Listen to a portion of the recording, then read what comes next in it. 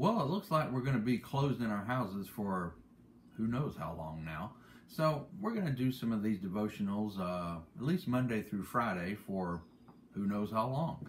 And since we're going to be committing ourselves to doing this for a little while, we're going to take our thoughts from the book of James. And there are several tremendously practical and very helpful and useful ideas that we can learn biblical principles from the book of James. But let's just start out with the very first verse for this very first one. James, a servant of God and of the Lord Jesus Christ, to the 12 tribes which are scattered abroad, greetings. Now, who is James? Many people in the Bible named James, but tradition and history pretty much agrees on the fact that this James is probably who we would consider the half-brother of the Lord, a biological child of Mary and Joseph after Jesus was born.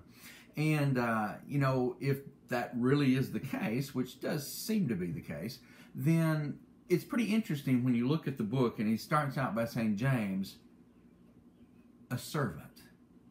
We like to identify ourselves with someone famous. If you've got somebody famous in your family, I bet you tell folks when you have the opportunity. And I don't have anybody famous in my family. I have some who are infamous, but I don't have anybody famous. But if I did, you'd probably know about it.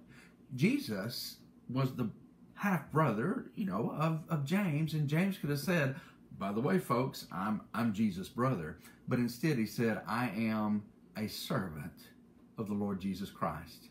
We know from John chapter 7 verse 5 that during Jesus' ministry, James and his other brothers did not believe in Jesus.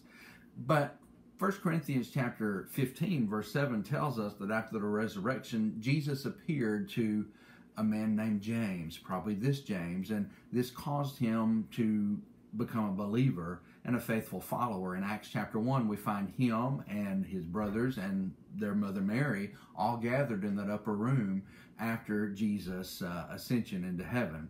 And the fact that he called himself a servant is also identified by a tradition about this man.